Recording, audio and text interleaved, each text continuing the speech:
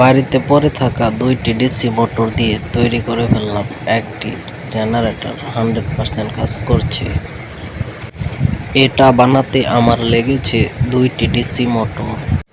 পুরাতন ডিসি মোটরটা খুলে তার ভেতরের কয়েলটা বের করে নেই এবং ম্যাগনেট দুটো বের করে নেই এবং কামের সাহায্যে কাঠের সাথে সেই ম্যাগনেটগুলো লাগিয়ে 2টা মোটর একসাথে লাগিয়ে ফিটিং করে দেই। এরপর আরেকটা ডিসি মোটর এবং একটা ফ্যান নিয়ে ওইটাকেও ফিট করে দেই। তারপর তার দিয়ে জোড়াতালি কাজগুলো সেরে ফেলি। আর একবার চেক দিয়ে সুন্দরভাবে দেখে নেই কোনো সমস্যা আছে কিনা এবং একটা সুইচ ফিটিং করি।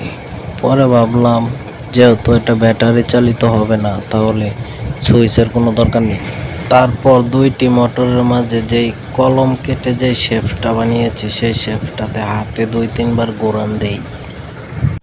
তৃতীয়বার ঘোরান দিতেই আমার জেনারেটরটি চালু হয়ে যায় এবং সুন্দরভাবে চলতে শুরু করে এবং যা দেখলাম 100% কার্যকরী হয়েছে। এই ভিডিওটি যদি তোমাদের ভালো লাগে তাহলে চ্যানেলটি সাবস্ক্রাইব করে একটা লাইক দিয়ে শেয়ার দিয়ে দাও। আর নেক্সটে কোন ধরনের ভিডিও চাও আমাকে কমেন্ট করে জানাতে পারো।